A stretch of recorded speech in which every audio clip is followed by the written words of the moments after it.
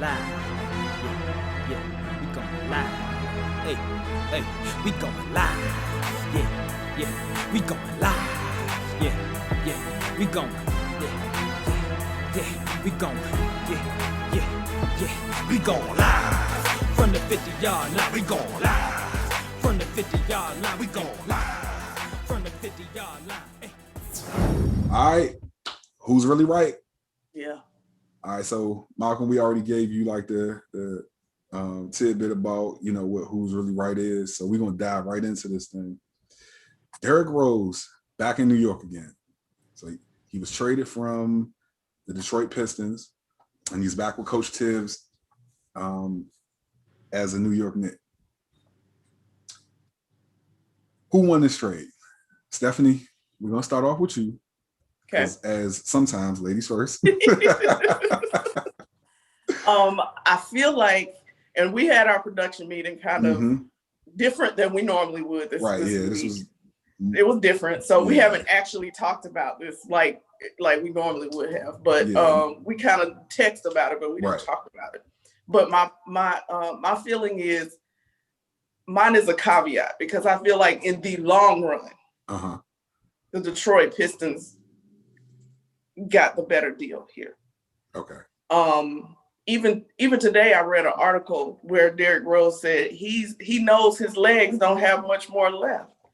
So I'm just saying, and I've always felt like Derrick Rose is such a talented young man, but I just don't know if the true passion for the game has ever been so strong for him that he just, you know what I mean? Like, the talent level is amazing. And I know we should have been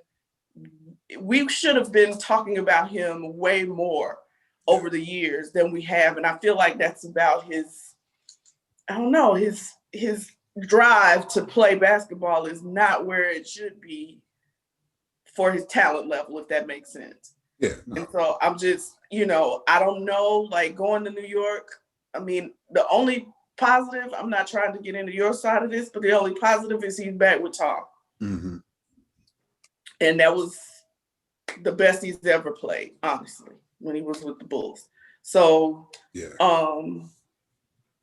if this Knicks team has even an inkling of that moxie that Tom Thibodeau has, then he might get in there and be okay. But if they underachieve like they have for a long time now, then I think he'll just play down to what he's got in front of him, and I don't think he'll really help them much. Okay. I don't. But I feel like the Pistons are obviously rebuilding, right? They said, let's just blow it up and start over. And I feel like they're in this rebuilding. And the pieces they got and the picks they got, if they do the right thing with the picks that they have and the pieces that they have, because some of those kids are, they're not shabby. We're not going to count them out. They might not be Derrick Rose, but they're utilitarian. That was the word I used when we were talking about this. They got great utilitarian players. If they go and draft a star, they're good. So here's why I say that this trade, or that the Knicks won this trade. One, I just feel like, I don't know that the Detroit Pistons have the front office to turn out any of these picks that they're going to get, like, for them to hit, because this is the same team that took Darko Milicic over Carmelo Anthony. You went way back. Wait. And so I just, the Knicks are in win right now mode. They are, I feel like they're overachieving this season. I had no inkling that they would even be in playoff contention. And so the fact that they are, I think this is a good move, because it's like, okay, we need to win right now. And we need to get somebody who can help us win right now. Yeah.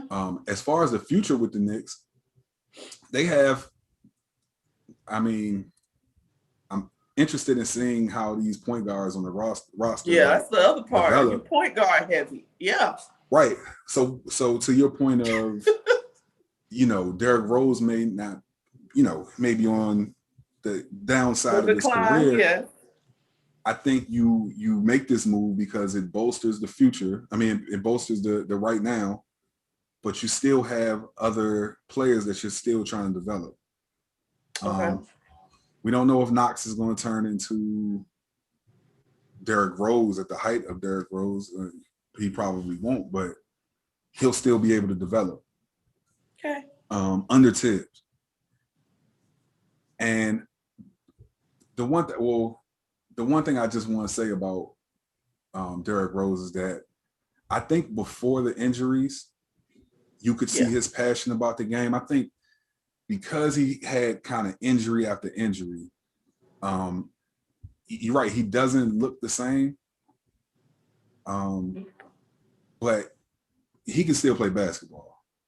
He's talent. Talent. Exactly. I agree. He still has some basketball left, and I feel like with that move, like, they'll make the playoffs this year. It might be a little bit of a long shot, but I feel like they'll make the playoffs this year. Okay. Malcolm, break this time, my man. So complete transparency, man. I've been having a hard time keeping up with the NBA this year, but I have peeped the Knicks and what they're trying to do, and I think both the Knicks and the Pistons are in rebuilding phase right now. They both have very young squads, but I think the trade with Derrick Rose wasn't really about his talent or his on the court performance. I think it was more so about his veteran leadership and what he brings to the locker room.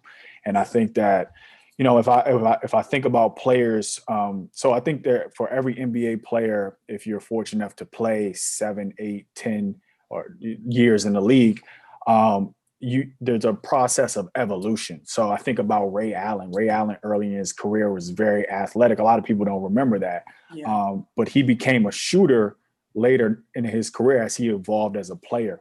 And I think what players like that bring to the locker room is a certain leadership and a mentality and understanding what it takes to perform at a high level and to compete night in and night out. So I think the trade with Derrick Rose was really about the type of veteran he's going to be in the locker room with a lot of those young guys. I think the first night that he got to New York, I saw that he took Emmanuel Quickly and Obi Toppin out to dinner, just sat him down and kind of, like, here are the ropes. This is what it takes to be an NBA player. This is what being a professional is about. And so I think that it wasn't necessarily about what he's going to bring on the court, but more so how he's going to transform that locker room to turn them into a contender and a playoff team going into the second half of the season. Okay. Like that. Yeah. No, that's good.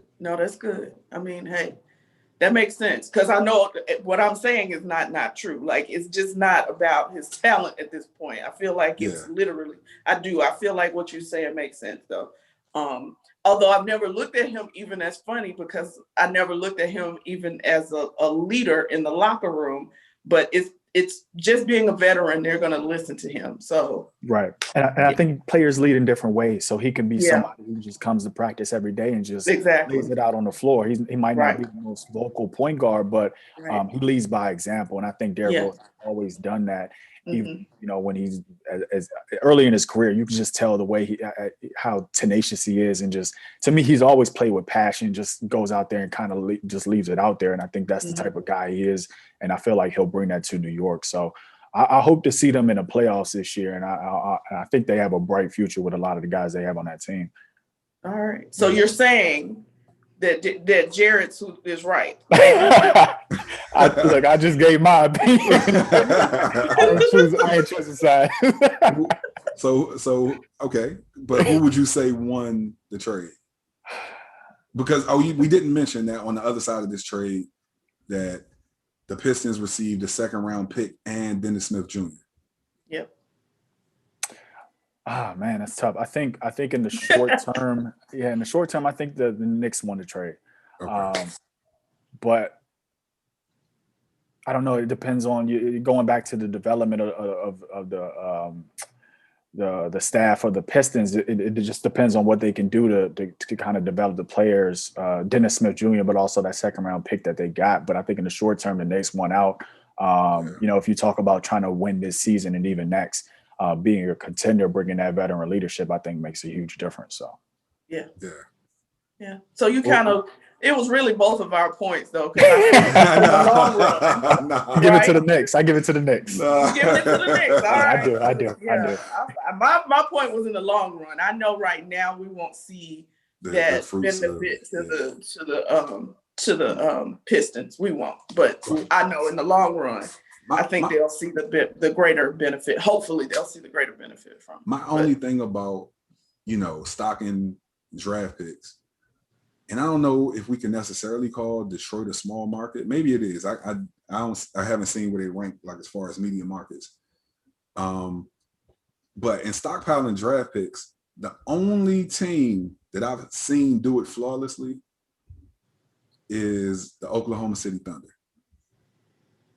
Like they know how to draft players, they know how to scout players, and they know how to develop them. Like you can see that they drafted how many MVPs? Just in the last, at least three. I was gonna say 3 or 4. 4. Yeah. Yeah. Like they do it the right way. I don't know what type of system they have there, but they got it down pat. Yeah. So my thing about like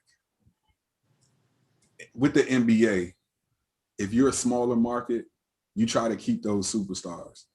Unless you're just really great at development, like I said, like with OKC, giving up a superstar. And Dennis Smith Jr. is really good. That wasn't like a shot at him because he's really good. And I'm not understanding why he's kind of been relegated to like an NBA journeyman. But I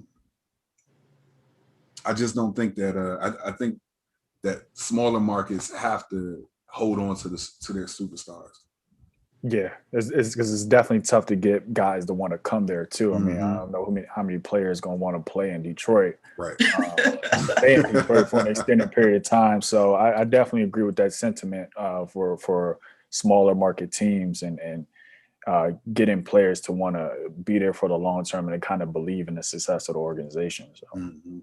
Well, not that I'm a Hornets fan, but I think they're doing a pretty good job right now with that too.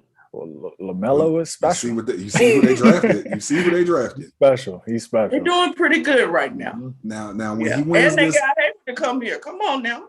When he wins this Rookie of the Year step, you're gonna have to give me my props. It don't have nothing, as long as we don't talk about his pops, I'm good. Oh no! But when we did the Who's Really Right on who should have been the number 1 overall pick. Okay, I'll give it to you. I wasn't going against no UGA boy. I'm sorry. So of course not.